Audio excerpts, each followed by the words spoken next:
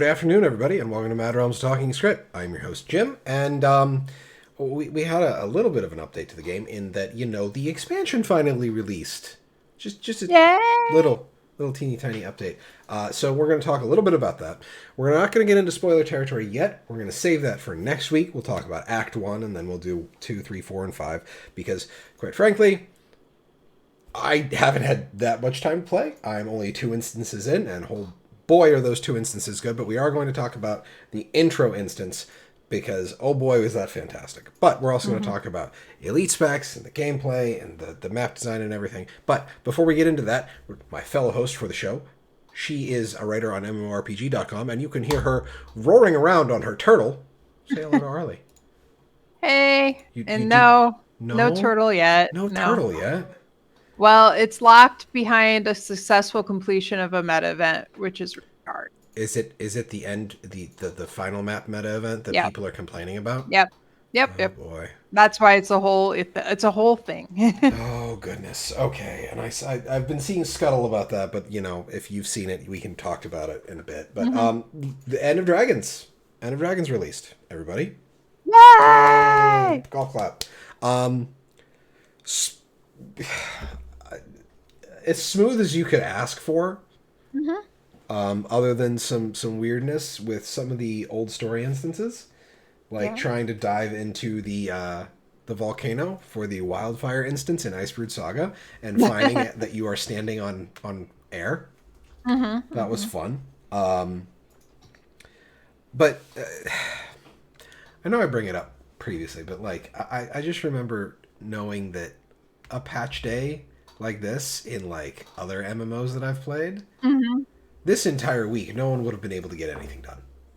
Well, that's one thing I was thinking about too, because having recently just gone through the recent expansion launch with Final Fantasy 14 and everything that entailed, where like I would have to try to log in at least 3 hours before I actually wanted to play. And then I had to babysit the queue because if I got disconnected while I was in the queue and didn't get back in quickly, I'd lose my place. That whole thing. I literally lost my place when I was number one in the queue once. Oh goodness. Yeah. So, just contrasting that, it's amazing to see like just the different ways. I think it's down to the different ways that Guild Wars 2 has structured their servers, the way all of that's set up. The fact that they don't really have to take the game down at Yeah. all.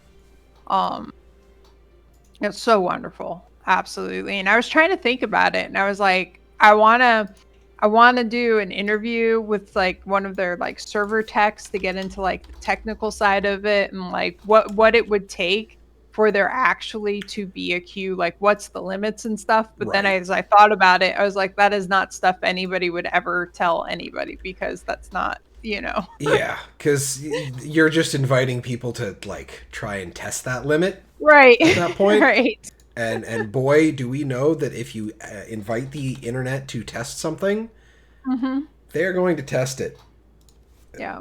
because that's just what the internet does. Yeah, yeah.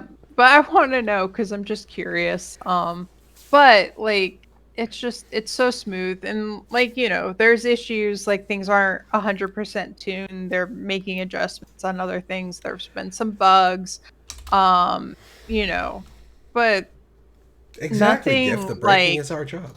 Sorry, go ahead. yeah, no, I was just gonna say nothing like detrimental to play really, which is Yeah. awesome. So Um, oh, before go we ahead. get too much into that, you did say that the siege turtle is gated behind the meta event in the final map and a successful Yeah. completion. I have been avoiding a lot of the scuttle involving that. Mm-hmm. I see people talking about it. I saw a blog post that was made about the balance on that. Um, Now, it is literally the first week of the game Mm-hmm. being out. I'm not really expecting a major meta event to be successfully completing on a regular basis Mm-hmm. because how many failed dragon stands did we go through Right. on Heart of Thorns launch? Like, it's not weird. But are people really complaining this much about it? Well, so here, this is a long thought, but this is my thought about it. Um, First and foremost, I think it's good for a meta event. Hard, and you have to work for it, especially one that's like the culmination. That's fine. I'm fine in ideal about that. One thing that they had set up is that there's an achievement that you can we're supposed to only get if you successfully complete the meta event before doing the last part of the story, Okay. which is kind of playing into what they did with Dragon Stand, where the last instance makes more sense if you had successfully completed that meta event. Kind of Right. the same thing here.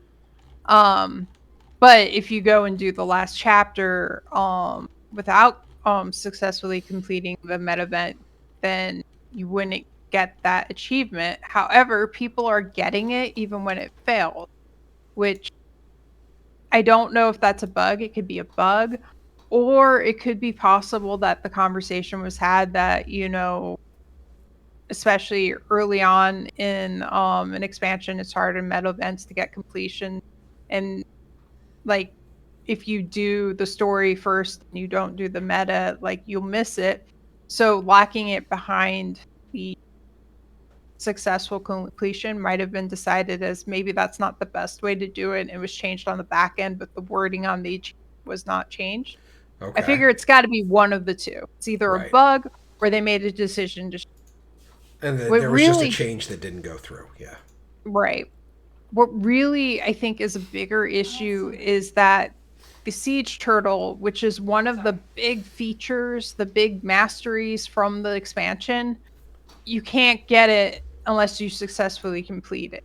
Which, you know, I have mixed feelings about it because as hard as it is right now, eventually people will learn it, will get it, will get like it's the same thing as like Triple Trouble was really, Right. really hard when it first came out. People had to organize and like make multiple guilds, organize people and doing it. Like we got there. Um, but eventually they're going to have to nerf it or something because eventually this won't be the new thing. There won't be people consistently trying to do it in if you have new players coming up later trying to get the siege turtle and there's Right. not people doing it, like it becomes an issue for longevity. So Well, right now it bothers me less because I think we'll get there even with it hard. People will get successful ones will get right. there. But it worries me longevity wise. I feel like eventually they're going to have to. Right. Now, I will say I don't necessarily agree that there will not, as long as it's a rewarding enough meta event, people Mhm. will still be doing it. Because I know there are still people that run Dragon Stand. Right. Like you can still on a decent night find a Dragon Stand map, Mhm. and one that will just and it's not even just right after reset. You can find people that are running multiples and just keep Mhm. chaining them. But that's more a matter of it being of it giving good enough rewards. Mhm. But I do. It's for the same reason I think Krista said she still doesn't have her sky scale on her, or not sky scale, her smoke scale on her Oh, ranger mhm. because it's locked behind an event completion. I can't remember if it's Right. Tangled Depths or Dragon Stand. Dragons. Tangled Oh, Depths. it's Tengu. Dragon Stand is the tiger. Was the Oh, tiger. right. They moved it. Oh, Yeah. they moved it. Yeah, they Okay, moved it. but That is like, one thing I do wanna say about that last map is at least you can explore and get everywhere in the map without the meta being done. okay, Um, but, like, it's harder, of course, if the meta hasn't been done, but, like, I was able to go all around it exploring when literally I was the only person that existed on the map. okay. So, like, that's an improvement. It's just I don't know about the wisdom of locking a mastery, one of your key features behind that is my concern. I get that. Tiger and Wyvern is Tiger and Wyvern is Dragon Stand. I think only the Wyvern is still locked behind the meta. Okay, Tavik. I'd have to look it up. I know that that's how it I know was they on Heart of moved the Thorns launch. tiger. Yeah, Right. I know Yeah. they moved the tiger because that's how I finally got it. And I think that's also when we got the patch notes that said, "Hey, we're moving the tiger." I'm like, "Hey, Krista, they moved the tiger," and she went off and got the Yep. tiger. I think Age helped me get the tiger. Oh, H helped you. Okay. Yeah. Mm. But it was, I don't know. Like, obviously, I haven't gotten there yet, so I can't really say too much about whether or not I think it's a great idea in practice rather than concept. Putting the siege turtle behind it, I mean, the expansion is going to last for at least a whole living story chapter after the launch. So it's not like, oh, you're locking the siege turtle at the very end. We're not going to be able to use it because, like, there's going to be an awful lot more. And then there's probably stuff that was designed with the siege turtle in mind in the maps that released with the game, right? Yeah, my worry is more for like years in the future. Like Okay. I'm not so much worried like within this, like even this season after this, I think it will probably still be pretty busy, but moving on from at that point, I Right. feel like it's only going to get harder, you know. Um, I feel like maybe it might be behoove them to do like meta roulette kind of stuff then, kind of like what they Yeah. did with the, because if you do the daily season 3 and season 4 maps, those maps are absolutely packed with people Right. on those days. Yeah. So Yeah. maybe And we'll you get know, yeah, maybe having the dailies and stuff will help prevent that. And then it just becomes a balancing and figuring out what the right level, like right. how coordinated do they really want people to have to do it? And I think that's what they're working on now. I do like that they're making significant changes to help, but they're not like I feel like they're being cautious with the take. Which is Like good. they're trying not to make it too easy. They don't want it to be like, you show up, oh look, we won, Right. kind of. And that's one of those things that, like, I'm sitting here thinking about it, and it's like I feel instead of just like nerfing it and making it easy, just to like catch one dragon stand or dragon stand, I guess is the example. I know. But you catch that one. What is it, Jade Sea Mhm. or whatever it is? But like you catch that one event and then you're done. I feel like doing the same thing that they did for like the dailies for the season 3 and 4 maps is probably a better way to get people back there to make it easier for people to get that done. It's better to just reward players for going back there rather than just making that thing easy and then effectively putting the nail in the coffin and saying that content Right. is now dead. Yeah. I mean, there's a balance because you don't want it too easy, you don't want it too hard. There's a sweet spot. Now, Finding. Hat did also say that there are apparently people who had the ability to troll the event to cause it to fail. Oh, I'm not actually aware of that. Which, Hat, if there's a, like, if you could elaborate on that, I would appreciate it because, Yeah, like, elaborate without spoilers if you I've can. been actively trying to avoid learning about the fight because I figure learning about the fight would also inherently give me information about what the hell is going on, and I'm trying to avoid that. I mean, I can kind of see like how it might be possible because there are certain things that you need people to do. And if people go like they're going to do those things and they don't do it, it will kind of screw over. So basically, what you're saying is if, like, in Tequaddle, somebody just, like, you had a set organized Tequaddle group and somebody in the group for one of the cannons just said, we're not going to go over there. Yeah, or like, 4 people all get in the cannons are like, "Oh, we're just going to shoot these over there instead of where we're supposed to." Kind of. So, like, people take the cannons and then just fail to use the cannons on Tequaddle. Right. Okay. That's probably analogous. Yeah. I don't know. It's one of those things where, like, I hear people complaining about it and I sit here and I'm like, do we really expect people to be able to run a meta event for like the capstone map? Yeah. Honestly, I feel like a lot of the complaining is more because people didn't expect the turtle to be locked behind it. A lot of people were really excited about the turtle and then they get through it and then they're like, "Oh, well shit. Where's my turtle? No. Your turtle's at the end of the the store, the release story. Oh, there's a thing that needs to be delivered. There's no timer, so people just grab it and run off. Okay. Well, like, the easiest thing on that would be just put an expiration on the object and just be like, if after X seconds of carrying it you haven't done a thing, it goes poof and then respawns. But with, I suppose we could move on from that to I guess more design-wise things because Krista very much wanted me to bring up the Tengu. because we saw the heron Tengu, and I vaguely remember seeing the owl Tengu in the lead up, but like seeing them animated in the game.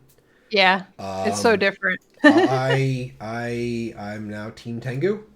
No, we yeah. lost you. I'm sorry. Look, if they would have put that much work into the Kodan when we were dealing with that in the Bureau Marches, I would still be Team Kodan.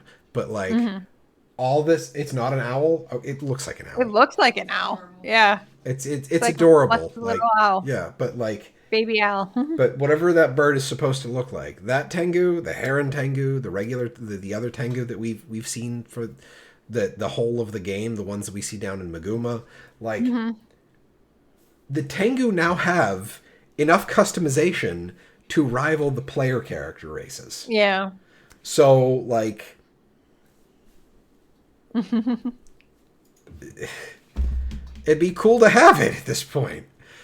just because it's like you already have us with the customization. Now just do the story to get the player character into the Tengu player character into the game, and just. I don't disagree that it would be cool to have it. I agree. Like that would be cool. I just don't think that will happen. I don't think it'll happen, but I do think it's something that is closer to a reality after the release of End of Dragons than it was prior. Okay. Because that like putting them in armor, putting them in in armor models that don't clip, and you got to figure like the rigging for the armor on the bodies is kind of similarly used for a lot of it, with just like because like how many places could you anchor shoulder armor to a body? Right. So once you have that set for like say the Char character models, you then just have to like do the tweaks for the individual pieces of armor. Well, the first living story after end. That would be interesting, Red Wolf. That would be an interesting jump-in point for the personal story for the Tengu. But one thing I thought was interesting is one thing that Arena is always really good at is the ambient dialogue in various areas where you're running by. Like invariably, I'll be running by somewhere and I'll have to stop to listen because.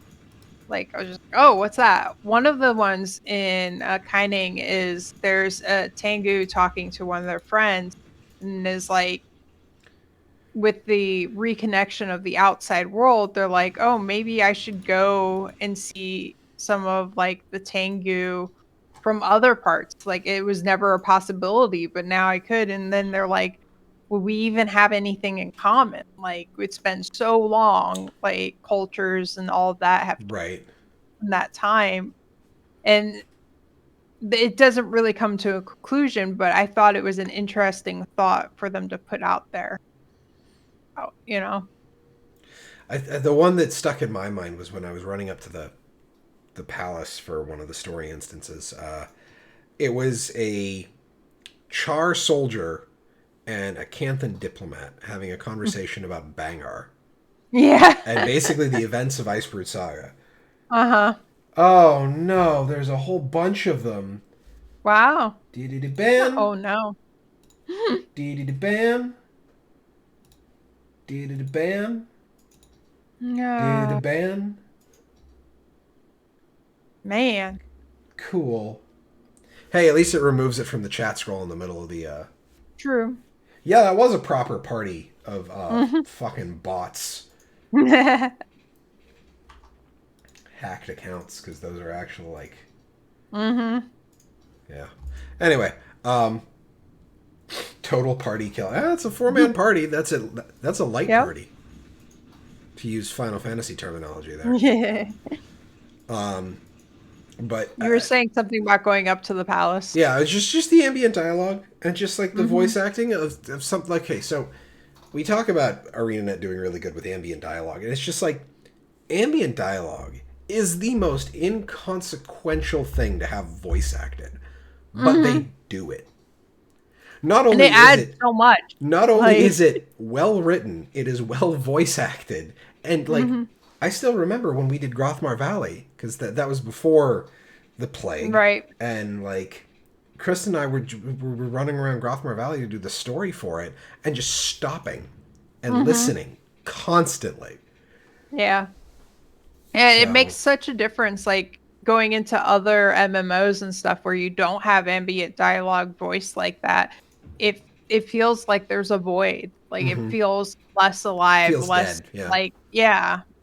And yeah, like I agree with you. It's not important in terms of like it doesn't really move story forward or whatever, it doesn't have consequences, but it helps so much in like building a real world kind of. Now, we're talking about environment. Like, what's the first? Saitong?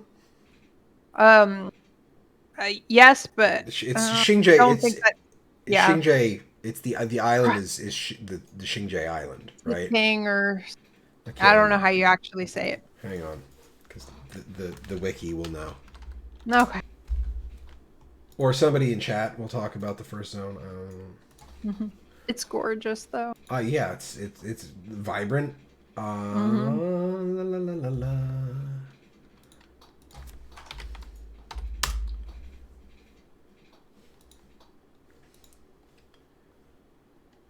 Da, da, da, da. Wow, they've even got the whole map updated on the wiki already. Jesus, they're so fast at that. I know, right? They Although don't have the they Indian didn't zones have the updated yet. locations for the red ranger pets, the new ranger pets on the first day on the wiki, so Is the oh wait, I can just check that with Guild Wars 2 efficiency. what? They where's meta battle? They disabled the Oh, the API at one API, point. yeah. Yeah, I don't know Yep, if it it's still back. is or not. Okay. Yeah, it's back. Just to keep people from data mining. Right. Saitong Province That's is the first zone, and it's gorgeous, like a painting. yeah, Like yeah. just the saturation on the colors is so great, and I just I don't know. It's kind of difficult for me to really. It's just fun being there. Except for on the downed Aether Blade ship. Because boy, do they not like me, and Yeah. boy, Well, do they have skills. there's a couple of parts of that map that are just covered in aether blades, and like you'll be running around and be like, "Oh God!" you know. Currently, I'm having that problem with the spirits, like the Oh, tourist spirits. yeah, yeah. I just it's a I just love running around, and I haven't even left the first zone yet, and Yeah. I don't remember. Yeah, Gift. I would imagine Berserker gear would have an interesting time. I'm running my Marauder gear on my Willbender, and it's been a little rough. I'm not gonna lie, because I think my I'd have to look at what my trinkets are, like the secondary stuff. I think it's the Berserker Valkyrie stuff. So it's like power, precision, vitality, and toughness from like the release game stuff. But So one thing I will say, like, it gets progressively harder with each zone because you're essentially moving from the most friendly possible zone into the most like hostile. hostile zones. Okay. So I think they did a really good job of making the progression. But yeah, like as you get further, it gets harder to freely move around and stuff. I have to say, of the first zones of the 3 expansions, Saitong Province is the one that has made the most impact on me. Yeah? Yeah. I don't... The thing I remember about Heart of Thorns getting into Verdant Brink was more the difficulty. Because, oh boy, on release was Heart of Thorns ready to kick your teeth in. Right. Like Heart of Thorns was like running in and hitting a brick wall. Like, Now they've torn down the wall a bit, so now Yeah. you just have to like. well, they get did your that jump. whole revamp like 3 months after it launched or Yeah. something where they rebalanced everything that which it needed and great Yeah, now. it was But a little rough. It's still a little rough if you go in with zero vitality, but you can do it a lot better. I don't remember like Path of Fire. The zones hold no real estate in my mind, yeah, I'm the same which way. sucks because they're gorgeous. But The thing that I hold on to the most in Path of Fires are the little things that I found within, yeah, like the little hidden things that I found that I was like, "Oh, that's really cool." But the zones as a whole just didn't stick in my brain as well. yeah, and that's kind of like I feel like it's kind of a disservice, but I think them expanding the maps for Mhm. mounts is the thing that really screwed it up there. But Right. even though like people, I've been hearing people say, "Oh, like Saitong Province is huge." Like I Mhm. think it's the biggest. Like people are saying that the End of Dragons maps feel like some of the biggest maps that they've experienced in Guild Wars 2. But Mhm. I'm sitting here running through it, and I'm like, it doesn't feel empty. Yeah. And even Yeah. the places that are technically like I'm literally in a clearing with a bunch of birds Mhm. in Saitong Province after finishing the third story instance, where like it's a tranquil clearing, but it doesn't feel empty. Right. Like it feels like, oh yeah, this is totally a place that would be outside of a city like this. So, and then I just walked 10 feet and found where the fishing tournament is. And there's a Yeah. tiny little fishing village, and everything's and like the heart vendor is just like, hey, yeah, just Mhm. grab a rod, relax, show me what you got. Yeah. I had a cool moment with Sating the other day where I was wandering around and there's an area where you go over a bridge and if you look, all of it's just like it's a misty area. Mm-hmm.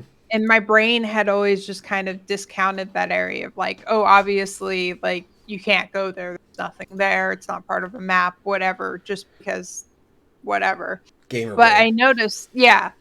But I noticed as I was walking across the bridge that since I have all interactables on all the time, I saw a chest down in the mist. And I was like, "What? Wait a minute." So I jumped off the bridge and went gliding, and it's this whole thing. Like, you have to experience it yourself, but you can't freely wander around that area. There's a whole thing. Like, it's a bit of a maze. There's a bit of like Is this a uh mini dungeon? not really. Not like the Like, old mini dungeons? Okay.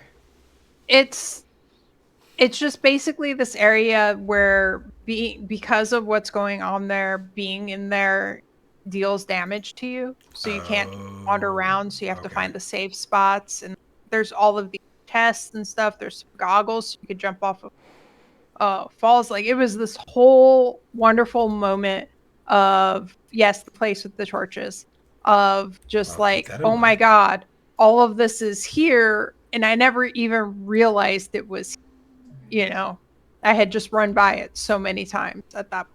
So that Knowing was that there awesome. are nooks and crannies in the map like that make me happy. Like Mhm. that's cool to hear. Yeah.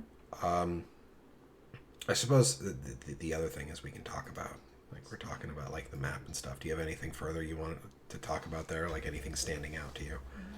Um, I know there was something about a jumping puzzle at the back of the oh, training yeah, I haven't area. done that yet. I need to get back there and do that. Mhm. Also, the hidden guided jumping puzzles. There is no off track here, Giff. We're just kind of having a general. Let's talk about End of Dragons Day. So Mhm. if anybody in chat wants to bring up anything in particular that you guys want to talk about, we're just going to kind of meander today. There is a Yeah. point. The only real thing I definitely want to talk about today is the first story instance, which I have the spoiler tag We'll waiting get in the there. wings to slide over to live. But Oh, one thing I did wanna, and I mentioned this in my review in progress, was that I feel like even though, like I said, each map gets progressively harder, like, as you go, I feel like with these, they did a much better job of balancing the hot like maps POF, oh, of okay. So mixing, like, exploration, but also having it be, like, hostile where it needs to be hostile, you know? okay. So now, is there a map that is just 100% a meta map? No, they all have meta events. Well, Okay. the last map, I guess, is technically a meta map, Okay. but not in the same way that the hot one, Okay. really. See, that's Like I said, you can wander around and explore still, but it's right. I suppose that's that's the thing I remember with Path of Fire's release is I think they swung too hard the other direction from Heart of Thorn's release in that, like, yeah, sure, you don't have to have all of the maps running a full map meta all the time, but it's nice to have one of those well, because that those was are one of okay. that's one of the aspects I think of why they made such less of an impression on me is because yeah, I could wander around and explore, which was great, but like it was just so easy. Like it There was was never might a as reason well for you to go back and do it once you explored it right. once. Yeah, Yeah. yeah, and that's. I suppose that's why I remember the Heart of Thorns maps as much as I do, except for Tangled Depths. Because I did not spend a lot of time doing the meta there because one, the chalk freaked me out, and Yeah. two, I didn't like running around that map in the first place, so I just kind of avoided it. I know Dragonstand very well, I know Yeah. Auric Basin very well, and I know Verdant Brink very well, but Tangled Depths, no, I'm I good. had one brief moment when I completed map completion in Tangled Depths. At that point, the map made sense to me and I could find my way around really easy. And then I didn't go back for like a month. And then I was like, oh, shit. Just gets that knowledge just gets sent to the recycle bin, and it's gone. Yeah. And there it goes. hmm Ekavol apparently has a mini dungeon that is broken and only resets on fresh map instances. Yeah. Oof, that's rough. Yeah. Yeah, but like hearing that there are like large scale meta events, I'm happy about. It does like I don't need that for everything. I really don't. I just love it because that's really the reason I spend so much time in the Silver Wastes is because when you go to the Silver Wastes, if it is an active map, there is always something going on. Yeah. Not to mention that, like, you can basically be... You have to actively attempt to not be contributing to the meta. That's how the Right. map is designed to be. Yeah. Because, like, the vague corners that you can be in the Silver Waste, it's like you're either in the jumping puzzle or you sequestered yourself in a weird corner. Right. And that's how you don't contribute to the Silver Wastes meta event. So that's why I always go there to test new builds, because there's always something for me to do. And that's, I think that's one of the reasons why I remember like meta maps is because there's always like I always have to be doing something. With hearing just every time I hear it's like, oh, the fishing tournament's about to begin in Saitong Province, I'm like, I don't even know where the fishing event is yet. I now know for the 5 minutes that I spent Yeah. in Saitong fishing before the start of the show, but like I don't know how I feel about the map wide toast for that, but considering I it leads think to some kind of large sea creature attacking, yeah, the Leviathan fight is pretty fun. I haven't gotten to that yet. I was gonna say I know Kaining also has something that there's a map wide toast on. I think the other two do, but I'm not Okay. sure. But yeah, the other thing I wanted to mention, just because I know some people don't realize it, is every map has orange events and every map has red events. The orange events are just regular events that happen. They might have a chain that lead into other events, but they're just like at events that happen. All of the events that are red, like their markers show up as red, are part of the meta. Like that's how you know you are actually Oh. working on the meta events. Okay, well that's neat that they've changed the indicators there. Gives a little more Makes weight to it them. Yeah. Yeah, it makes it much more clear for people to know what they're doing. Like, you know, because sometimes you want to do events, but you don't necessarily want to do the meta events. Or if you really want to do the meta, like getting sidetracked by a random event that has nothing to do with it can be frustrating. Right. Yeah. Well, that's understandable. hmm Well, we're talking about doing meta events. Kept hearing a conversation between a person and a mech all over Kining. Yeah, that's hearing the conversations can be a bit of a, I've seen some of those get bugged. I mean, Yeah. I remember the time for the Silver Waste when you could hear, "That's quality armor. Yeah. Thanks," for like half the map. So, Yeah. Yeah. It and that always just, happens. but The other thing that confused me real quick before we move off of events is when events happen, and I'm not sure if it's just the meta events or any of the events, but sometimes characters will call through help through your comm that the mhm. commander has, which is cool because it helps you be aware of what's going on. But I didn't realize that was a thing that they were using. So, like, there was one point where I was in no, I was going to a story instance and a event was spawning, and I got a call from like Kate or somebody to come over here and help out right now. And I was like, but I was just told I need to do this thing here right now. Mhm. Like it confused me a little bit until I realized, oh no, that's just an event letting me know events happen. Right. Kind of like, what was the map where like members of Dragon's Stand would just, or Dragon's Watch would kind of just show up and assist you? Yeah. Like Zafira was sniping from a position, and like Mm-hmm. Aurene would show up, or Kaith would blip in and like backstab something. Was Mm-hmm. that Dragonfall? I think that was Dragonfall. Yeah. But I just, it's nice to see the other NPCs like have a chance Mm-hmm. to talk to you. It was Dragonfall. Okay, thanks, Hat. Um, but it's, I can see where it would be confusing. I did like Yeah. I did like the fact that there was a comment on your use of the transmission of the comms in Oh the yeah. story. Oh, I love it so much. I Every time that happens, I giggle. It's so wonderful. should, is that something I should bring up a spoiler tag for? Probably. Well, if you want to talk about it in We'll talk detail, about it but in detail in a bit. okay. Because that's not quite. I do want to talk about in detail the first instance because Mm-hmm. that's amazing, but I'll bring that up in the spoiler section. So we're talking about, events. We have to talk about the character because the character is the thing that does the events. Elite specs. Bit of a Yay! ham-fisted transition, but like, work with me here. How have you messed with Catalyst yet? No. Okay. I have messed with Untamed though, and I'm still liking You that. still like it? So Yeah, I know. Krista yeah. was playing Untamed when we were playing earlier in the week, and she said she's enjoying it a lot. The hammer for Untamed looks like something straight out of Darksiders. Oh yeah. Yeah. Soon gift, yeah, me too. I have a build made.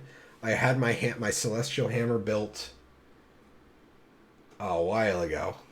Yeah. I built that whenever they're just like, oh yeah, this is, or when they did like the reveal, like the blog Mm-hmm. post reveal, and I didn't even think about it, but like my build doesn't have any augments in it, Mm-hmm. so Yeah, I feel like you and I have flipped a little bit where last expansion I went and tried the Weaver and got to a place where I really liked it and you Mhm. were like, I dislike Weaver.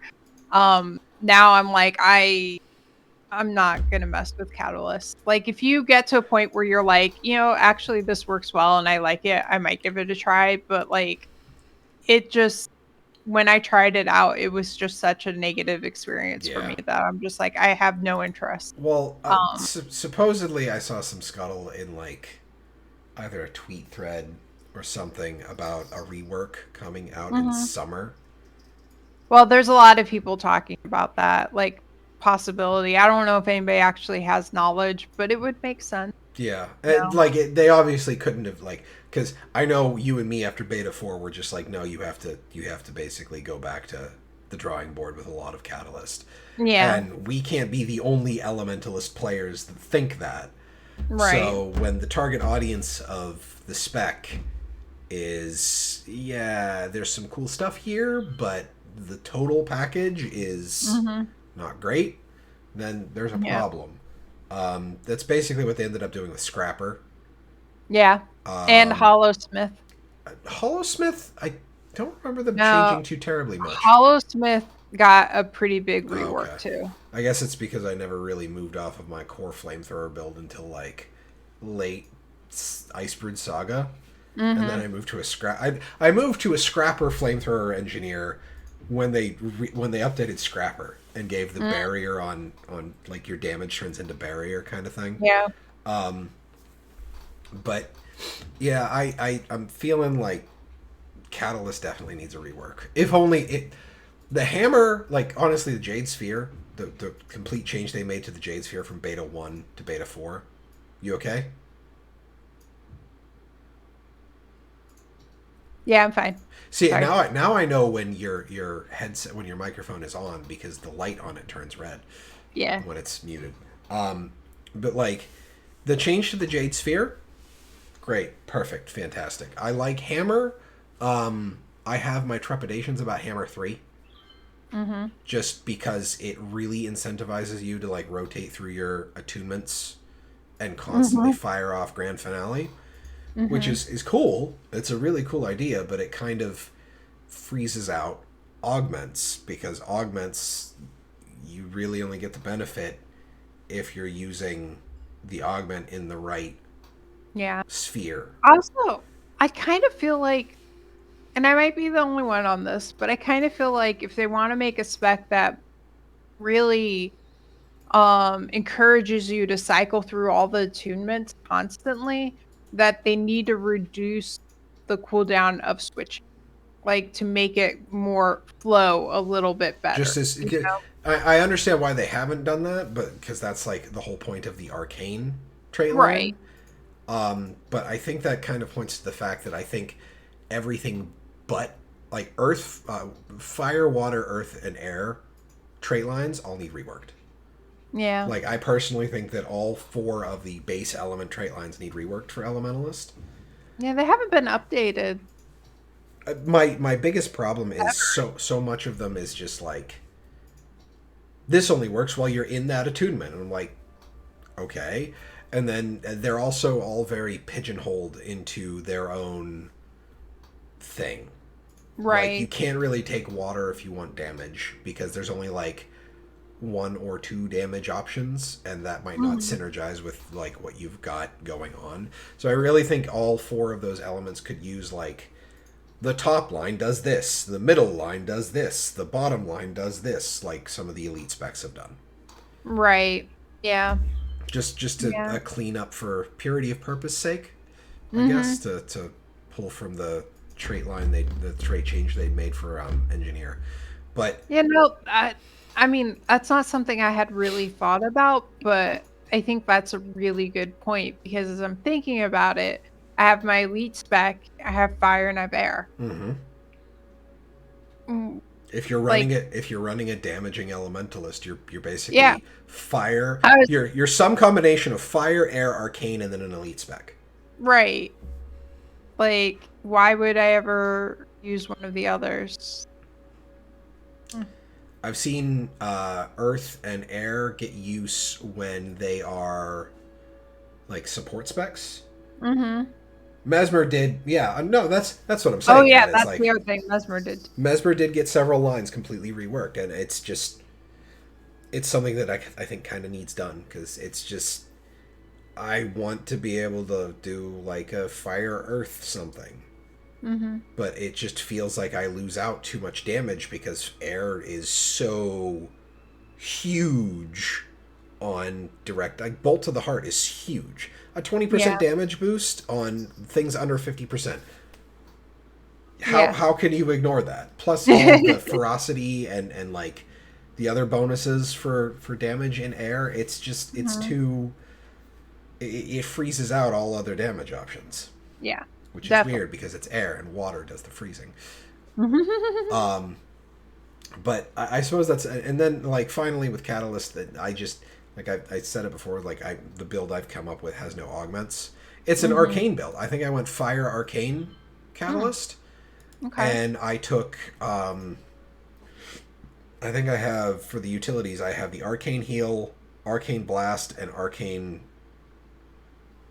I can't like arcane wave. I think wave is the giant AOE, and then blast is the projectile, right? Sounds right. And then I can't remember what I took for the elite. Mm-hmm. I might try the Catalyst Elite, but honestly, the Catalyst Elite is kind of awful. I mean, the only elite that matters is relevant. I actually no, I think I took Tornado. Oh, really? Yeah, because That's old school. it combos with itself. It creates Oh. finishers, and Element and Catalyst is you get a lot of benefits out of doing finishers. Can we go back to Setsing real quick? Saitong? Yeah, Sighting. Okay, what about Saitong Province?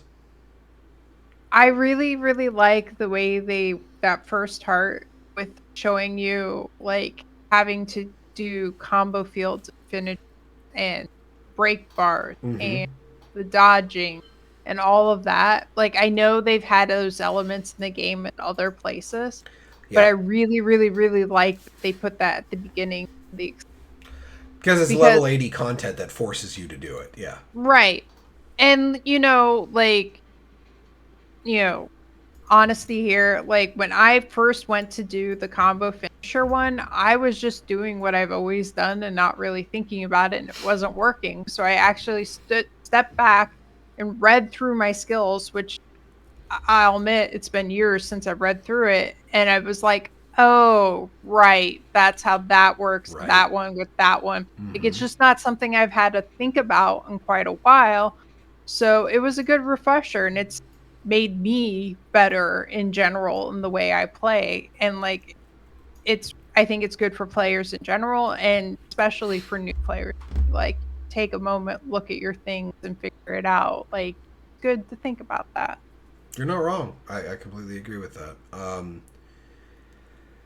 I have heard some scuttle about people complaining about that particular heart. Yeah. About I it mean, being. so the thing about that heart is you can't just keep doing the same thing over and over. Like if you're on a class that is really good on break bars, let's say, you can't just keep doing the break bar challenge over and over. We'll get to a point where you won't get credit towards the heart and you have to go do the Right, you other have to one rotate through all and three of them. yeah, and mix it up. And if you do that, like it for me, completing that heart was easy. Like I just kept rotating between all the things.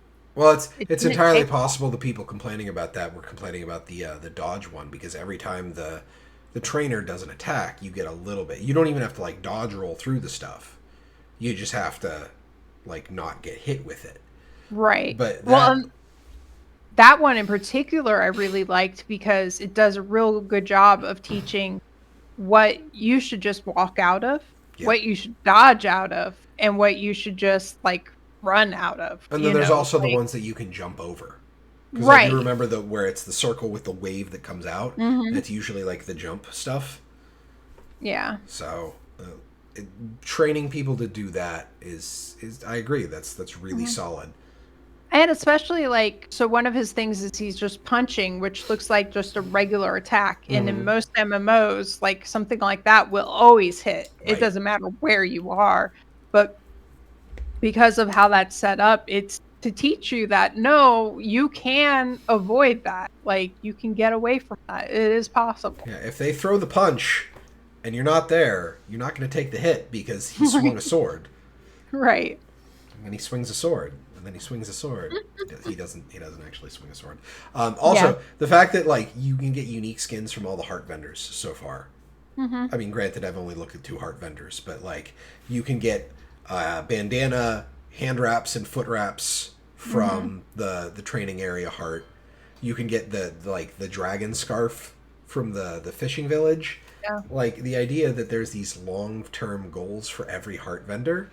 That's finally, I think, what is a good use for heart vendors. Right. And I really like that it appears that if you get it for one weight class, you get it for all of them. Right.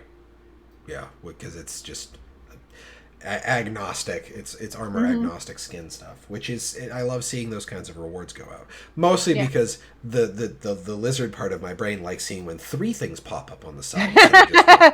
Instead of just one. Yeah. You know, it's like, oh, I unlocked 3 things. Now you technically unlocked 1 skin, but it says 3 things. Yeah.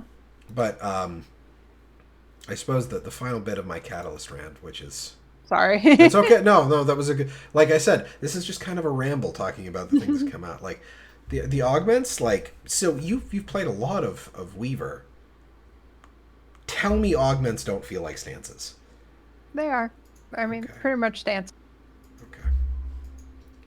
Like, I was trying really hard to view them differently, but like, no, it's a fair observation. It's kind of because like so far every skill type that's been added to the game has been a unique niche for utility skills. Like a shout, we know what shouts are.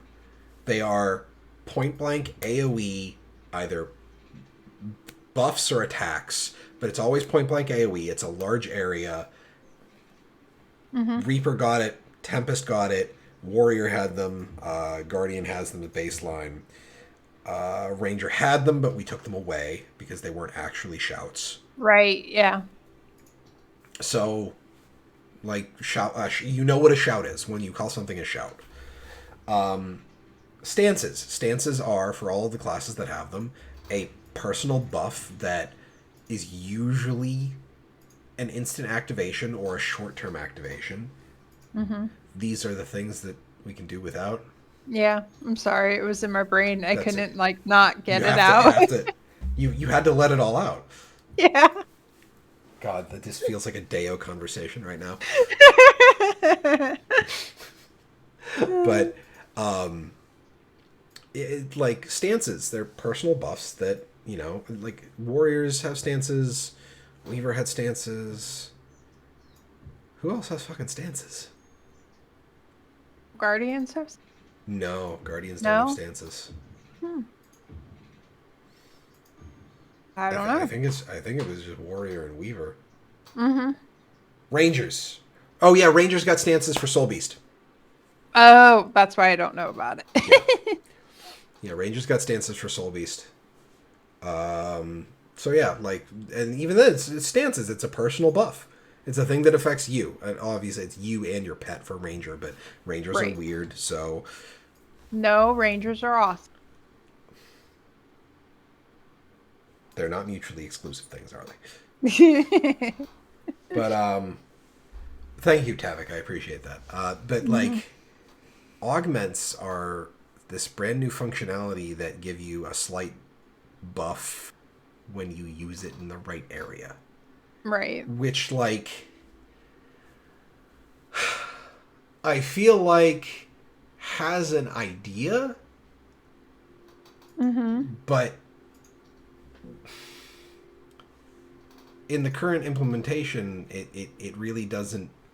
Like, my whole idea is if you want to call them augments, call it, like, if you use an augment in a field, the field is what would get buffed. Right. Like, it does a thing for you, but it also buffs the field. And then that could be applied to multiple other classes. Because then, like, you just make sure that class can apply a field, and then... Like, I could see Necromancers getting augments. And it would work with, like, Necro Staff, where when you use an augment in a mark, it detonates the mark and creates a field. Or something like that. I think that's a little niche for like the example, because you can only use marks on staff. If marks were a thing on more necromancer weapons, that might be kind of like guardian symbols. Actually, no, augments on guardians, because all guardian weapons have symbols. Oh.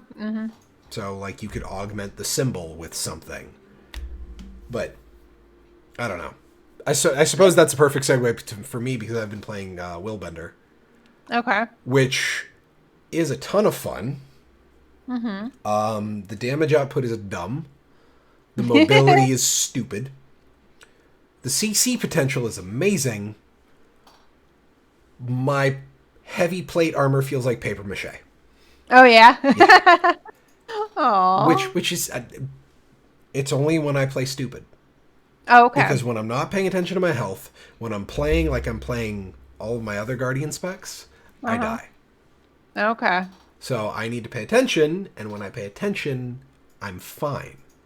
And when I'm spacing out the uses of my heal, because I'm using the meditation that gives you, that converts your damage to healing. Because like if I'm literally unkillable if I'm not CC'd. while that's up. You do Right. so much damage, it's ridiculous. I'm running double sword and then staff as a ranged weapon just because I like the reworked guardian staff, and I wanted something with a decent range, and I didn't want to use scepter anymore because scepter is kind of boring. But the physical skills are really cool. I think I'm using... Oh, no, I'm using... let's see here. I'm using 2 consecrations. The one that gives resolution and protection in the big area. That's hallowed ground or something like that. But that's because I'm running... part of the build I'm running gives me bonus crit chance and damage when I have a resolution on me. And then the second one is the Burnie... The burning field that I can't remember. I can't remember the name of the guardian skill, and I use it all the time. But and then I'm running the evade backwards and then jump in. I'm not using like the spinny kick thing, but I'm also running the elite Heaven's Palm, which I still remember me and Zach being like, "You can blink to people," and and then they're just like, "Yeah, we're just gonna put the blink on it," and I'm like, okay, cool. It does 550 break bar damage. Which, I don't know if everybody else in chat noticed. They actually put the Defiance bar damage on CC skills now. Which is amazing. It's in a lovely call-out green color. I think it's fantastic. That training area in Saitong Province, Heaven's Palm, one-shots the break bar. Wow. Yeah, just like... Punk. Done. It's amazing, but it feels like it should also be a blast finisher, and it's not. If only because, like, it feels like it matches a lot of other skills that are the, like, big impact things. But considering everything it does, like, it knocks down the target you cast it on, and it knocks away other targets. Oh. So, not only is it a blink... It's 2 different forms of CC on 5 targets. I feel like also making it a blast finisher might be just... A little too much. Yeah, just a little much. Yeah. I want to say it even puts boons on you. I have to look it up, though. So what you're saying is nerf Willbender. No. Okay, so it being added to the game... It is a 45-second cooldown, 1.25 second cast. It is baseline damage of 266 with a 100% power coefficient. So it's a 1.0 power coefficient. It does a lot of damage. The knockback is 240. The knockdown is 4 seconds. Wow. It is a 600 range blink. And because it's a shadow step, it triggers the boons you get for the Grandmaster that lets your F3 be better, because your F3 is also a shadow step. Right. The balance update is going to be spicy. I mean, yeah. They always are after expansions, though. Yeah. But one of the things I'm like to actually satisfy the PvP tag that I have on the stream, I can't really see anything being released right now being wildly overpowered in PvP. Except maybe Spectre. Oh, excuse me. Spectre. What's that? I said Spectre should be. I feel like all of the elite specs when they first come out are kind of like crazy. Right. Well, part of that is people not knowing how to deal with them. Part of that is like you're balancing them in a vacuum and not necessarily against all the other specs in the pool. But I'm just, like, a double Spectre comp, I'm just having flashbacks to Firebrand and Scourge sitting on mid and not dying. But I feel like the balance there is that Thieves are kind of paper thin anyway. Yeah. And Spectres kind of need to be untargeted. Like they need to be able to like allow you need to let the Spectre work in order for them to make someone unkillable. Right. And if you're letting a thief do whatever they want, well, you've already lost. Right. You're making bad choices. Yeah, you've already made the poor decision. You're just dealing with the consequences of your own actions. Yeah. Um, I need to get my Necro into Harbinger and like jump into PvP to mess around. I know you liked Harbinger. Did you mess around with that at all? I haven't yet. Okay. I haven't. At the Just very because my Necro is pretty much all PvP and I've been focusing on getting the story and all of that done. So understandable. I suppose we could always do another PvP night at some point. hmm I I don't know how Mechanist is gonna do in PvP. If only because like the mech is beefy, but is a big target. Because like the mech, if you run Vitality, it has like 3 times the health of a medium armor character. I feel like it's going to end up being like ignore the mech as much as you can and try and get the character. Kill the Mechanist to get rid of it. It's not going to be Right. like because if somebody doesn't call their pet back, like if a ranger is dumb about their pet management, I will attack the pet because Right. one, if their pet is in combat, they're in combat. So if they're running Right. away from the fight, they're slow. If they stupidly let their pet attack me and I kill their pet, well, now they have to deal with a much longer cooldown on pet swap. Right. So the Mechanist also has to deal with that. Now, the Mechanist can just unsummon the mech. Still has to deal with the cooldown, but if they're targeting the mech, that means the Spectre can do what they want. Yeah, you've got a point, Gift. Oh my god, a Spectre targeting the mech. Oh, Yeah. that's you thought the Spectre healing a player was going to be a problem. No.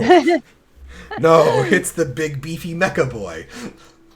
Vectors and Mechanists, best friends. Oh my god, that would be ridiculous. Just the boon share alone would be stupid. But like I'm not like hard like it seems that beta 4, like the 4th beta weekend is the live release. Which again you kind of were trying to hint to me that like, oh yeah, they're totally I really don't think they're going to be able to make any changes. And I'm like, I hope they make changes, and Arlie's just like, Jim, I really don't think they're going to be able to make any changes. She was trying to tell me things without trying to tell me things. Got to satisfy that NDA. Yeah. But like I don't know. It's just some of the specs are disappointing in their implementation. But I feel like that's also always, Yeah. at least at first. Well, it's I suppose the reason I'm so disappointed in Catalyst is because I see the potential. Yeah. Yeah. Yeah. But like I don't think there's a single End of Dragon spec that's going to break the game. No, yeah, that's true. And that has happened. Firebrand and Scourge broke the game. Like they ruined PvP and WV. And then I think they also caused a whole lot of problems in PvE too. Rating, I think. Yeah, wise. like the rating scene got the balance on the rating scene got completely screwed by Scourge and Firebrand. Not that I'm against a meta shakeup, because screwing with the meta is always something I'll advocate for, but it just I don't feel like it's gonna be that big a deal this time around. Yeah. But I think that at this point it's really getting to a point where it's more of a bring the player kind of thing. Because now if you've got a person who only plays one class, we're getting to a point where like, yeah, sure, they play one class, but what spec do they play? Well, they play all the specs. And you have so many options there. Like, for my Firebrand, it's boon, heal, some boon application, primarily quickness, some healing, and burn damage. That's what I'm going with on my Firebrand spec on my Guardian. Willbender spec is just straight up power damage. Like, sustained physical DPS. I could build myself a boon, like some other kind of boon spec. I don't know what else I would do with Guardian, because I don't know if Guardian has a tank or anything other than like quickness support. But like, I'm fairly confident on knowing how Guardian works that I could play a whole nother spec as a Guardian and be fine. Mm-hmm. And then, like, I would say maybe I'm the same way on Elementalist, but I also don't remember how half the weapon skills work because we're not really incentivized to use them with the way the game is designed. Like, Scepter? When's the last time you feel like you needed to use Scepter for anything? Yeah. Well, and that's the funny thing too. Like I always keep focus as my offhand Mm-hmm. because I have a legendary focus but I don't really ever use it. And half the time when I switch to it, I'm upset because I go to use my dash forward for my dagger and then I'm like, "Oh shit." So that's what, Dagger 4 air? Uh-huh. So Yep. focus 4 air is the aura. Uh-huh. Which is completely different than lightning forward. Yeah, well, to be honest, Arlie, I think you could use with a little less lightning forward, considering some of the times I've watched you ball lightning your way off a cliff. I mean, it just happened. It's just a thing that happens. It's fine. Don't worry about it. Kind of nice that it's there's some throughput there because I remember Focus 5 on air is just a knockdown. So at least it's still CC. Yeah, yeah. I mean, that's pretty consistent with the offense, is that the 4 or 5 have The some button. kind of... Yeah. Yeah. Because the 4 and 5 is one of the... For Earth, one is the big stomp. Mm-hmm. So... yeah. And then the 5 is the big channel, but... Yeah. Yes, that's right. Scepter for fresh air. Dagger for fresh air. Oh, Dagger Scepter, Warhorn. Well, the fresh air spec for a long time was the thing. Right. Yeah. And that if was... you weren't doing that, then you were doing elemental wrong. I was doing elementalist wrong. I run dual dagger because I was a fucking elemental ninja and it made me happy. I liked dual dagger as well. That's my celestial core spec. Oh, okay. Because I have decided, since I'm just going to go Celestial Elementalist for everything, like I still have all my old gear from raiding. That's on slot 1 for my gear set, but slot 2 is all my Celestial gear, and I figure if I'm never going to change off of that gear set ever again, I can just run Core, Tempest, Weaver, and I have to get a 4th spec for Catalyst, I guess.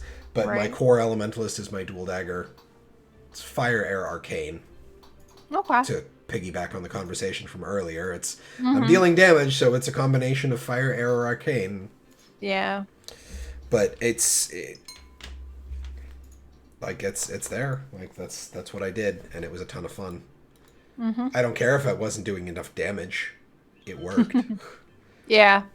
I don't know, like Scepter for Elementalist feels weird. No, I've never liked it. Yeah. But we haven't really talked about any of the other specs, but like we haven't really had a chance to play everything, have we? No. Sadly, my Mechanist, I ran out of WV currency because I finished Willbender. I maxed out Willbender, and then I maxed out Catalyst, and I got enough hero points on my Engineer to unlock the like middle trait line. And I didn't get any of the skills. So, One thing I did do was, with my Ranger, because I'm so excited to finally have a Ranger Elite spec I'm interested in, I immediately logged in, learned Untamed, did the intro into Cantha, and then started running my butt to the other zones because I wanted to go get pets, specifically one pet that is in the last zone. The turtle. But yes. This is how I discovered that there is actually a roadblock there. So I literally, all I did was I did the intro story, got out of that instance, and went. I didn't do the whole, do the thing in the training area. I didn't go talk to Aurene. I did none of that. I just immediately started landed and then beelined it to the other zones. Right. Okay. And I couldn't get out of caning. I made it to caning so I could get I think the Phoenix and stuff, but I couldn't get beyond there. Because I don't know where exactly the lock on the story is. I don't know if you need to go through all of that story to get to the next part to get beyond there. It's because you But forgot to go to the DMV. yes, pretty much. You were not permitted to go. Does the teleport scroll not work? Teleport to friend Teleport might scroll. work. Yeah, but this was also like on the first day, and I had no friends there. So I kind of don't mind them gating the content, as it were. right. Now Yeah, the you question should be is, able to teleport to it. It's no, just getting through the. now I have to wonder if that's an account lock. Because I don't. No, I think that's character story individual because I think I had already done more of the story on my element. no, that's gonna be weird because I have done literally no story on a lot of my char that I use as solely PvP characters, but they could go everywhere in the game. Right. So that's gonna be a little weird Yeah. to like be forced to do story stuff like that because that'll be the first time that's happened. Yeah. Yeah. Like I get it for places like I'm going to assume Arborstone is story content gated because that's kind of a Right. kind of a deal there. Yeah. Well, and that's what I was thinking because I think you have to do bits of the story so that you get that open in order to continue. Okay. Yeah. Well, that's understandable. Mm-hmm. At this point, I'm just gonna like get through there on my Guardian and then see if I can just go there with my Elementalist. There you go. It's an idea. Just like finish the story and then go back and be like, okay, let's see if I can just walk my way over there. Well, now that we're talking about story and possible story locks, do we want to move this to the spoiler territory of the show? Yeah. Let's go ahead. Okay. This is going to be really fun because this is going to be like I'm going to have like 2 timestamps. Or there's going to be 4 timestamps. It's going to be intros, end of Dragon's Rambling, spoilery end of Dragon's Rambling, outros. Yeah. Because I really wasn't looking to have any structure for this, just to like kind of be like, it's out. We have it. It's here. But now we're talking about spoilers.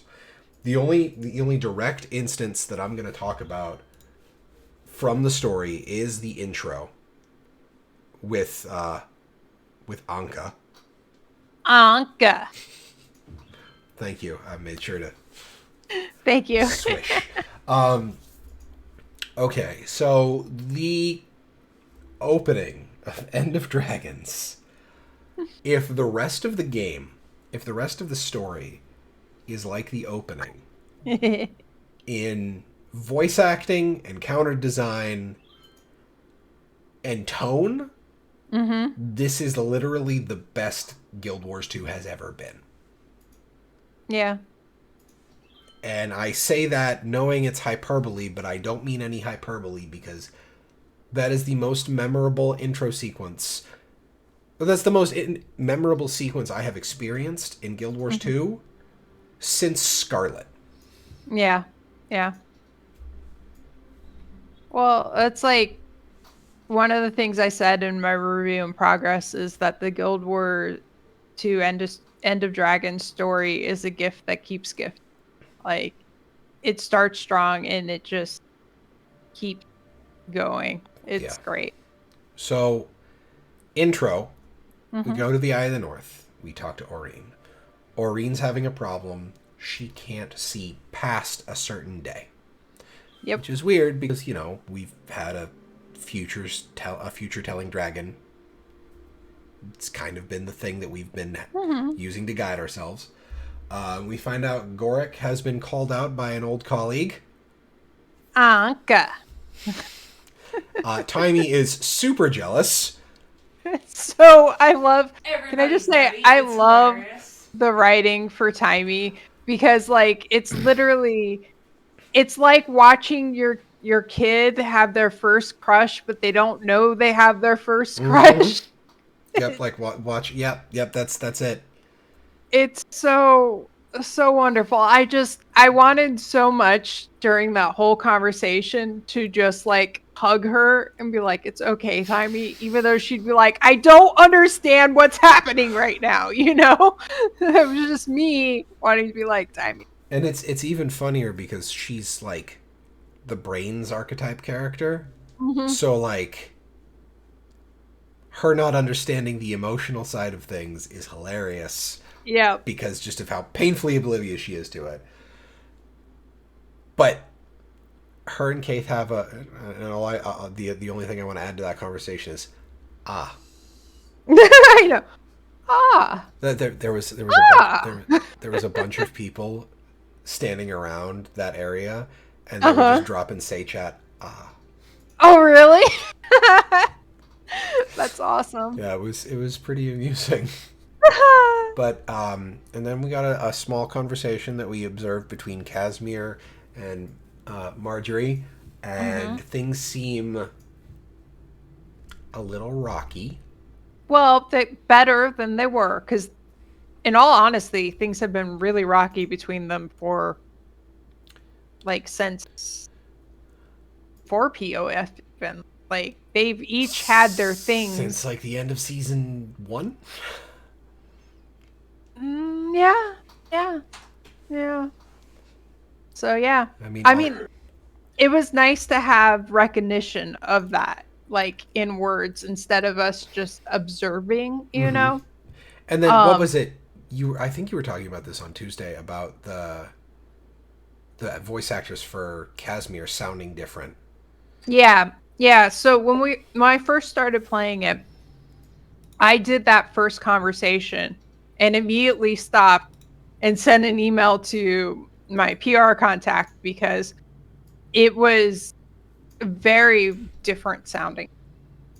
And to such a level that I was like, if they change the voice actor, this is going to be a huge, because it was very noticeable to me.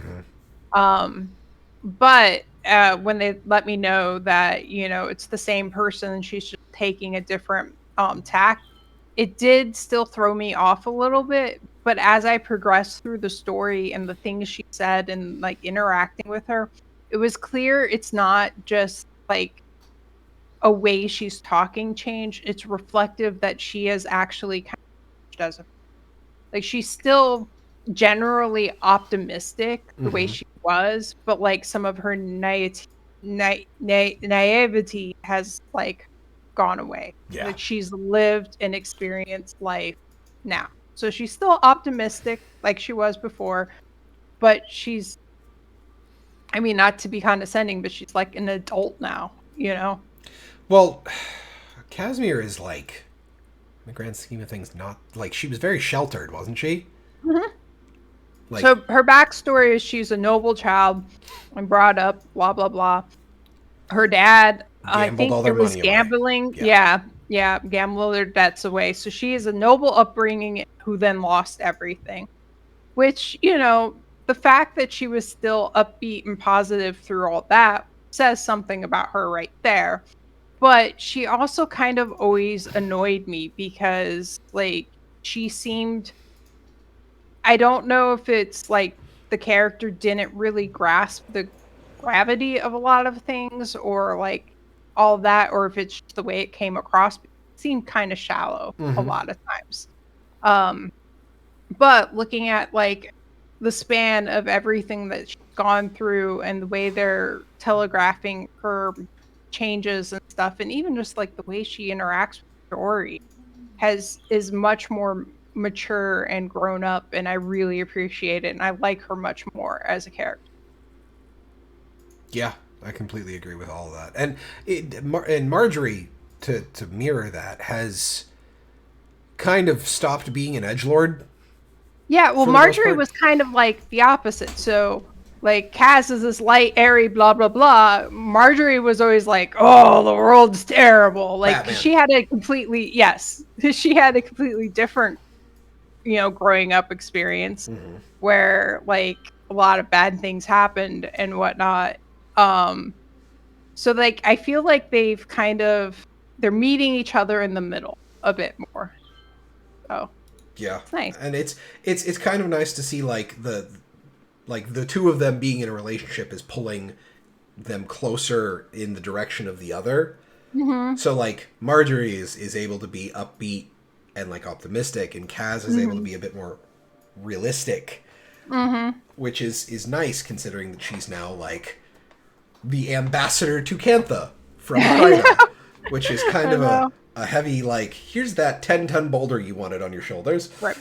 It's like, well, guess what? You get to be a noble, and now you get to be our ambassador. Have fun. You're a noble again, and you're working. Yes. It's great. And then, so we get that lead up, because it's what? We don't get to talk to Bram. Which, yeah, quite I was honestly, really sad he wasn't there. Okay, like after the end of Icebird Saga, does Bram Bram can take a vacation? It's true, Like he can take a vacation. I'll tell you why it bothered me. It bothered me because in the text up in the top right corner, it says check in with Dragon's Watch. Bram is not there. Rox is not there. I guess Canuck really technically was never part of Dragon's Watch. He was doing his innate thing, but I still wanted. He's an auxiliary member. Honorary. Yeah. But it particularly annoyed me that Rox and Bram were not there. I was like, come on. Well, I think, yes, Closure Mirror. He absolutely needs. It was funny because we finished Icebird Saga with my wife, so she could jump into the story after finishing that.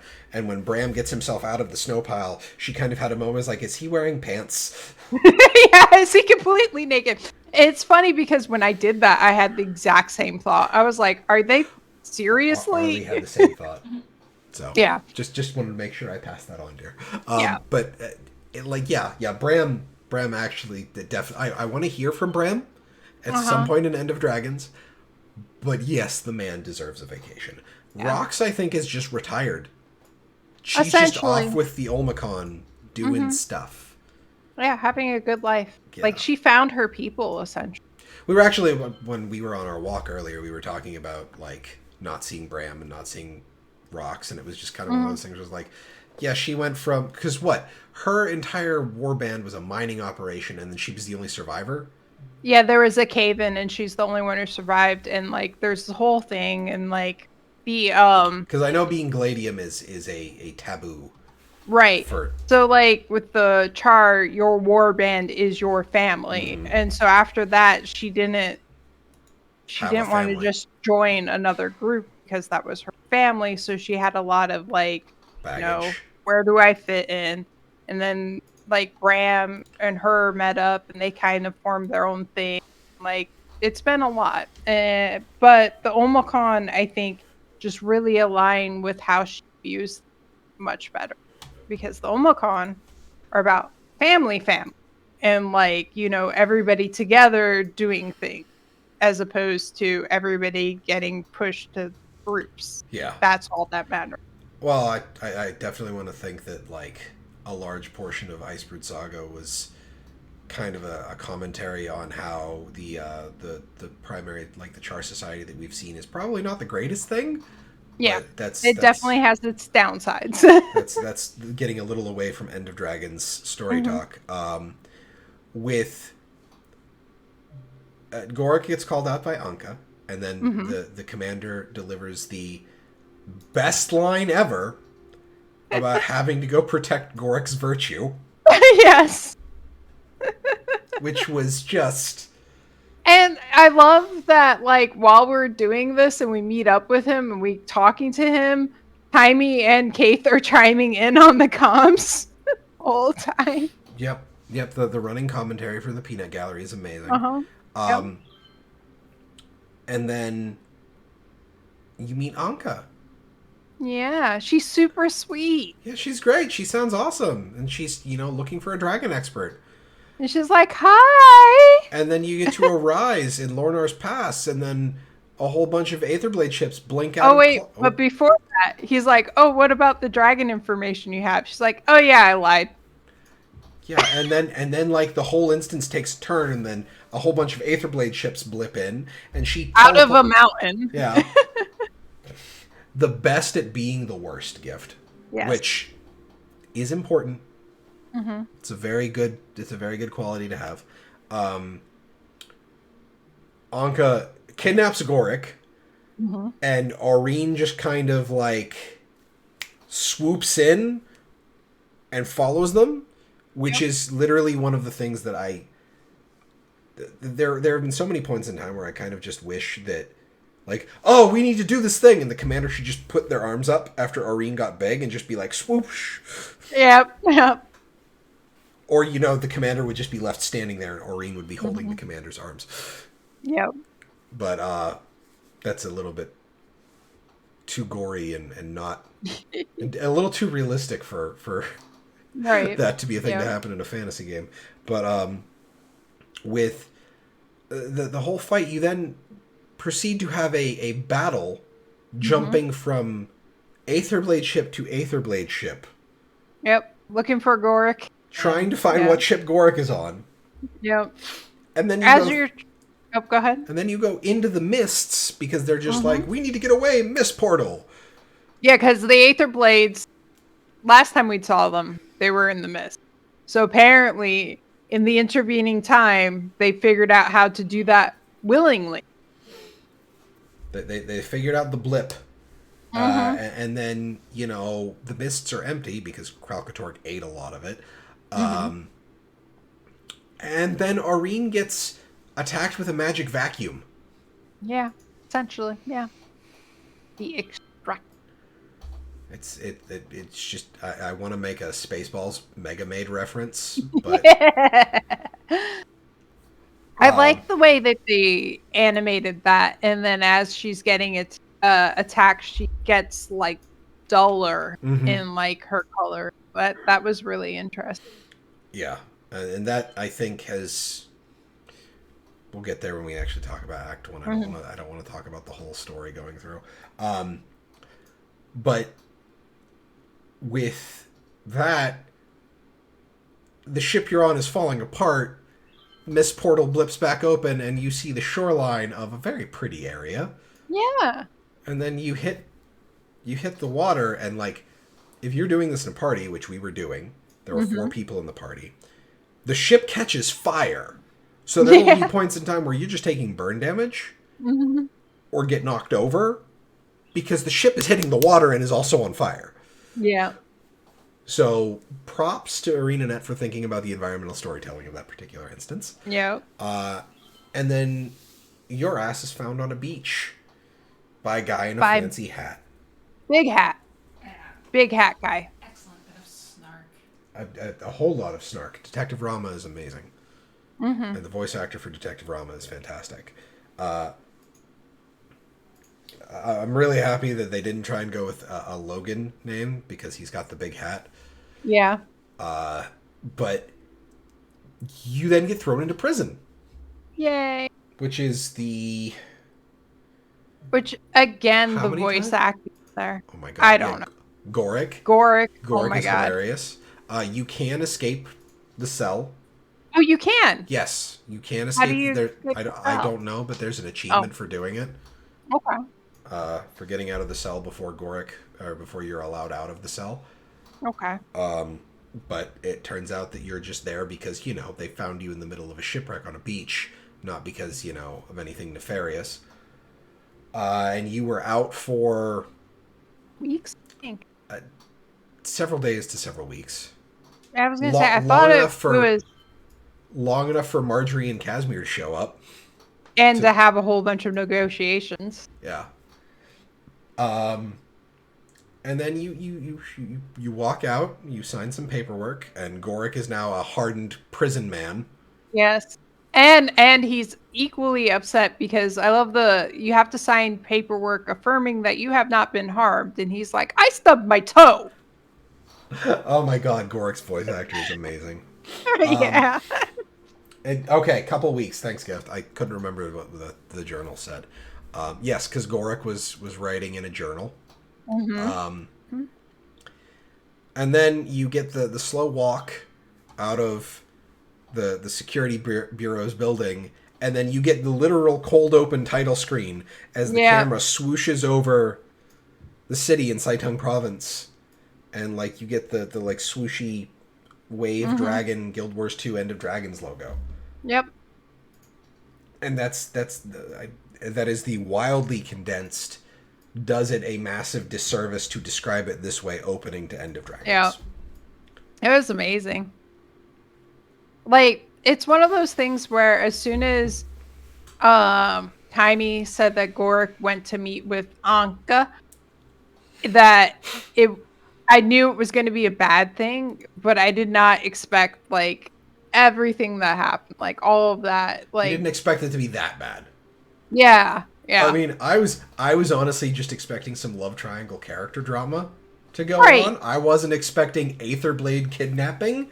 Well, I figured she was going to do something nefarious. Like, I figured that was a given, like 100%. Mm-hmm. But I did not expect that level. And it just goes from there. Because So, like when he's like, "Oh yeah, she was in Quest," I'm like, But he was in Quest too, right? so. Yeah, and that's the other reason why it's just like, yeah, but he's definitely was in Quest just because they let him do his research. Right. And then there was this whole plague. He grew a bug in his arm. Oh, that was so funny. But yeah, if the rest of the story is as well voice acted, there was some minor wonkiness because in the Aetherblade ship hopping section, Aurene gives you something similar to like the hop glide thing that you get in previous instances. Yes, he's a bioterrorist, exactly, Gift.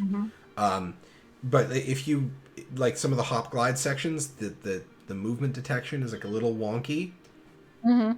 But that's like literally the worst part of it. Like the slight instability of jumping around the ships. In which case, like that could have very easily been, because that was Tuesday that we no that was Monday. We did that Monday night. No. No, that was Tuesday. Yeah. Because we finished Icebrood Saga on Tuesday. Yeah. Or on Monday. Yeah. Time. But yeah, so we did it on Tuesday, which was day 2 of the expansion.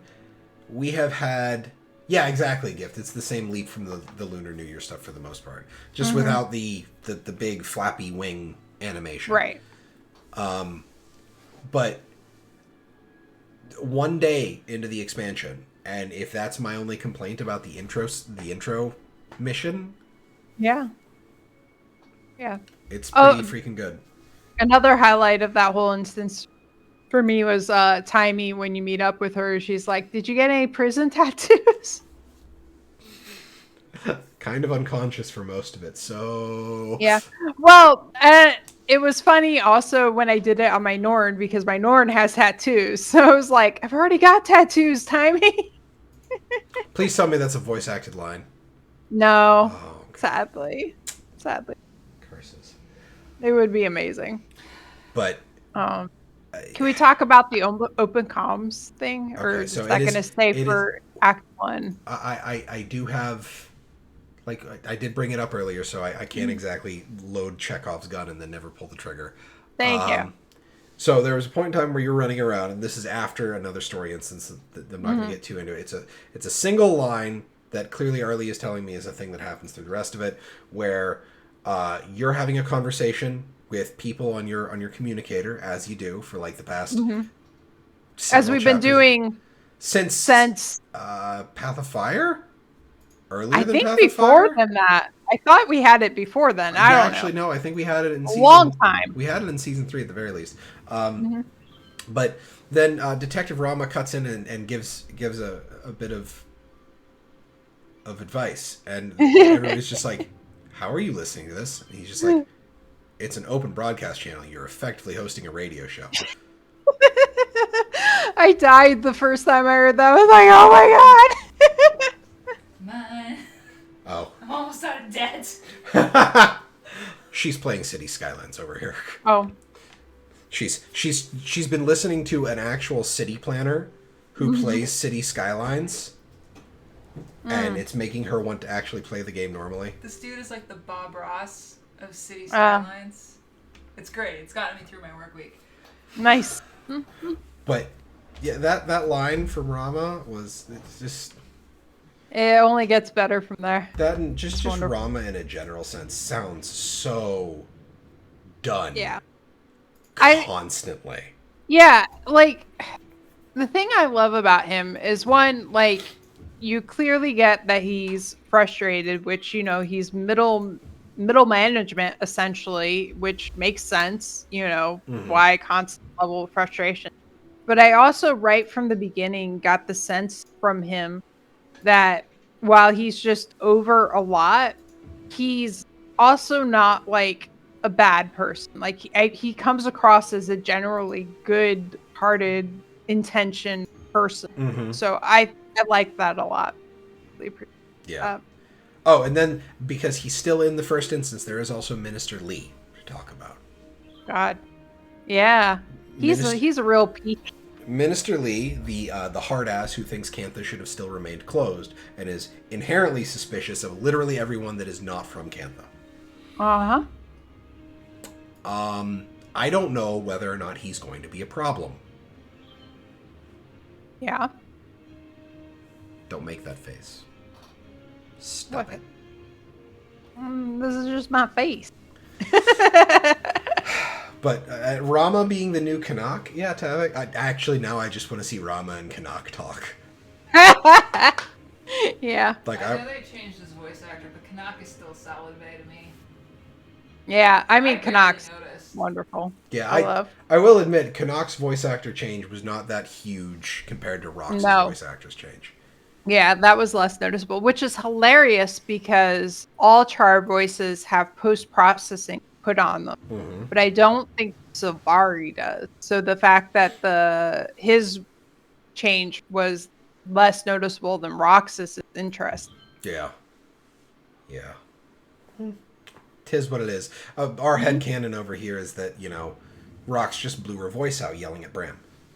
Oh, I'm sure. Yeah, it makes complete sense to me. Yeah. So, that all said, like, I hesitate to call it perfect, but, like, the intro to End of Dragons is a fantastic way to set things up. Like, you get more dialogue from Jory and Casimir. Mm-hmm. You get a potential antagonist in Minister Lee. You get a new character who is clearly going to be some form of comic relief, but is also competent in the form of Detective Rama. Mm-hmm. Then you also get his assistant, who she is just... Akane? Akane. Is that her name? Yep. Yeah, I believe it's Akane. Yeah, Akane doesn't care. Yep. There's only one character missing from the first instance, and I don't want to talk about her too much because reasons. Actually, two characters. June and Matrin, technically. Oh, yes. Then I suppose also the Empress, but that's moving into further stuff Did that... you talk about what the freaking Anti-Blade have been doing in the mists? We are not getting... We're just talking about the first instance right now. Act 1 is next week. Yeah. Okay. We are going to hold off on that, because that's We're not talking about the voice things on the boat. No, we're not talking about those yet. I definitely want to wait until we have a whole show to talk about that, because that's fucking heavy. So, I think that's actually a great place to stop, unless you have anything else you want to talk about with the first instance. No, I think I'm good. Okay.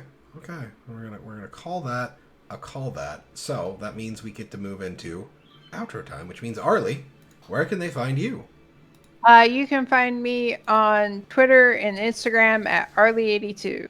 Yay! Awesome. And you can find my dumb face on Twitch. Twitch, obviously, because, that's where we are right now. Twitter, at MouthanusMMO, where I talk about things sometimes, and also to randomly tweet. Mostly, I'm just there to retweet the show going live, because that's just where I am with things. Mad Realms is live Tuesdays, Thursdays, Saturdays, Tuesdays and Thursdays.